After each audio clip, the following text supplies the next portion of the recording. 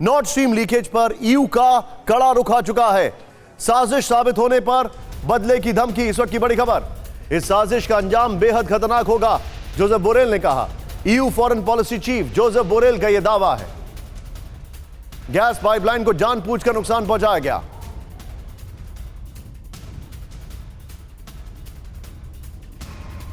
इस सबके बीच में नॉर्ड स्ट्रीम लीकेज पर यूएन सिक्योरिटी काउंसिल में जा सकता है रूस। यूएन सिक्योरिटी काउंसिल में मीटिंग बुलाने की मंशा जाहिर कर सकता है। रूसी विदेश मंत्रालय की प्रवक्ता मारिया जाकारोवा का बयान। ये वही मारिया जाकारोवा हैं जो अक्सर हमेशा किसी ना किसी को धमकी देती हुई दिखाई देती है। एक और बड़ी खबर, नॉर्ड स्ट्रीम पाइपलाइन लीकेज के बाद दुनिया में टेंशन बढ़ गई है। नॉर्ड स्ट्रीम लीकेज पर रूस पश्चिमी देशों ने एक दूसरे पर आरोप लगाया है। बाल्टिक सागर में रूसी गैस पाइपलाइन में 3 विस्फोट हुए। पोलैंड, डेनमार्क ने गैस पाइपलाइन के साथ छेड़खानी की आशंका जताई। अब जो फैक्ट्स हमारे सामने हैं वो आपको दिखाने की कोशिश करते हैं। क्यों महत्वपूर्ण है नॉर्ड स्ट्रीम पाइपलाइन, ध्यान से देखिए। रूसी गैस कंपनी गैज़ोप्रॉम की नॉर्ड स्ट्रीम 1 और नॉर्ड स्ट्रीम 2 सबसे बड़ी गैस सप्लाई पाइपलाइन है।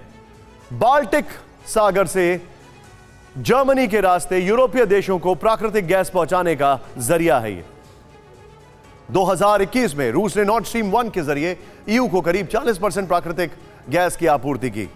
नॉर्ड स्ट्रीम 1 और 2 रूस से यूरोप तक 55 बिलियन क्यूबिक मीटर गैस पहुंचाने में सक्षम है।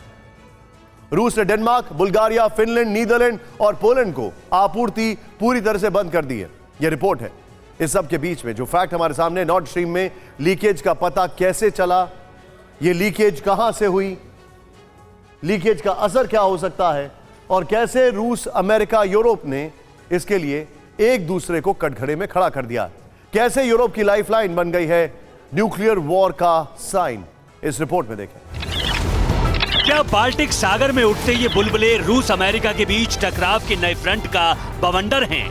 रूस से यूरोप में गैस सप्लाई करने वाली नॉर्ड स्ट्रीम पाइपलाइन में लीकेज हुआ तो पूरी दुनिया की टेंशन बढ़ गई और रूस अमेरिका से लेकर यूरोप तक सवालों, आरोपों, शंकाओं का तूफान आ गया।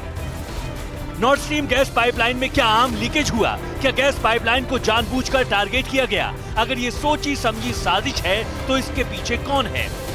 समंदर में गैस पाइपलाइन से उठते बुलबुलों की जो तस्वीरें जारी की गई हैं, उसके मुताबिक नॉर्ड स्ट्रीम 1 में पहला लीकेज डैनिश इकोनॉमिक जोन के पास दिखा, जबकि दूसरा स्वीडिश इकोनॉमिक जोन के पास। नॉर्ड स्ट्रीम 2 में डैनिश इकोनॉमिक जोन के पास लीकेज दिखा। नॉर्ड स्ट्रीम 2 में हुए दूसरे विस्फोट की तीव्रता रिक्टर स्केल पर 2.3 थी। अमेरिका ने लीकेज के पीछे रशिया को जिम्मेदार ठहराया है। यूएस प्रेसिडेंट बाइडेन से लेकर विदेश मंत्री एंटनी ब्लिंकन तक सबने मॉस्को की तरफ इशारा किया है।